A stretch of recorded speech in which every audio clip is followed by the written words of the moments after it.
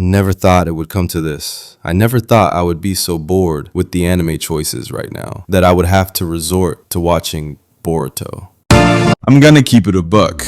I hate this show. Right down to the name of it. The fact they had to call it Boruto Naruto The Next Generation and include Naruto's name tells you how much faith they had that this series could survive on its own. I've legit been waiting for this series to die off like Dragon Ball GT in hopes they would do it over like Dragon Ball did with Super. Then we could pretend this never happened. But in my everlasting boredom, I realized something. That I honestly never really gave this show a shot. I know about the basic plot points and I've seen clips as they were coming out, but I never really actually sat down to watch it myself. So I thought today we'll do just that. Today I'm gonna be watching a couple episodes and basically telling you what I think along the way. I'll try to show some clips, especially if it's something I find pretty juicy and interesting, but I honestly don't know how much YouTube and anime copyright gods will let me get away with. With all that out the way, let's start from the beginning, I suppose.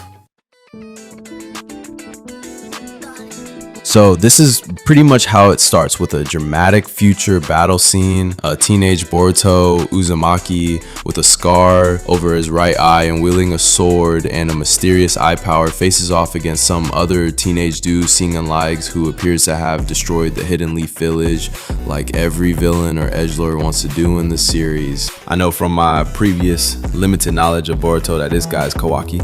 He tells Boruto that the age of shinobi is over, or something cringe like that. Boruto replies that he'll carry on a legacy of the ninja, and that he's a freaking shinobi. That scene ends though, in tension as they prepare to fight. A clear teaser for major events to come. The show then brings us back to the present. The Leaf Village is now a high-tech metropolis kinda, with trains, skyscrapers, and digital billboards. The Hokage monument still stands proudly, with Naruto's face among the past Hokage. Kakashi included now too, and it's just beautiful. Our new main man Boruto is seen jumping across rooftops, chasing a train, showing off his sick parkour with Shikadai, Shikamaru, and Tamari's kid. This is who I'd probably choose to be the new main character if it was my choice, instead of just a carbon copy of Naruto, but I digress. Shikadai reminds Boruto that they gotta get ready for the first day of Ninja Academy tomorrow before taking off, leaving Boruto to get kicked off the top of the train and start roaming alone. Along the streets, he meets and rescues a boy named Denki Kaminaraman, who is being bullied by some older kids. Denki is quiet and timid, the complete opposite Boruto so far. I don't really see this Denki kid in much of any Boruto clips I've seen, so he really kind of seems like a filler character to me right now. Denki explains that his father runs Kaminarimon Corporation, a major tech company, and his dad wants Denki to enroll in the Ninja Academy to toughen him up. And I know his dad had to know his son was gonna have it rough growing up when he named him Denki of all names, just saying.